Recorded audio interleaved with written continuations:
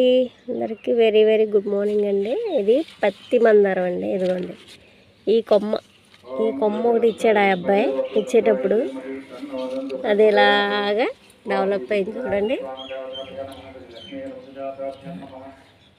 Develop అయ్యి ఇప్పుడు పువ్వులు వస్తున్నాయి. ఇదిగో చూడండి, పువ్వులు మొగ్గలు వచ్చినాయి చూసారా. ఇదిగో ఇక్కడ కూడా ఉన్నాయి మొగ్గలు. ఇదిగో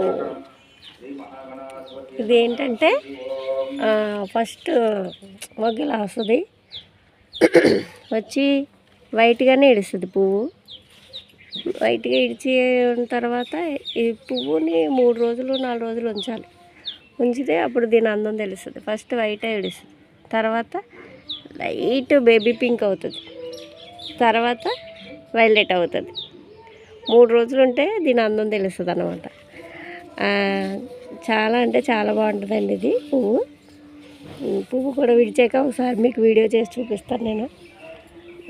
మేము తెచ్చి 1 మంత్ అంతే, 1 మంత్ అయిందండి. 1 మంత్కి ఇలా గ్రోత్ అయ్యి మొగ్గలు రావడం మొదలుపెట్టింది.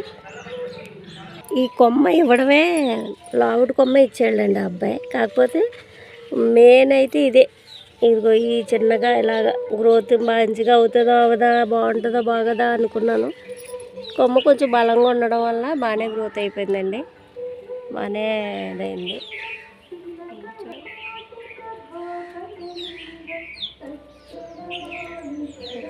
బాగుంది.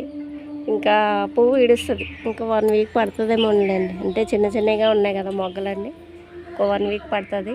1 వీక్లో పువ్వు ఇడిచిన తర్వాత మీకు మళ్ళీ నేను అది కలర్స్ ఎలా మారినాయో ఏంటో 3 కలర్స్ అని చెప్పాను కదా, 3 కలర్స్ కూడా మీకు చూపిస్తాను.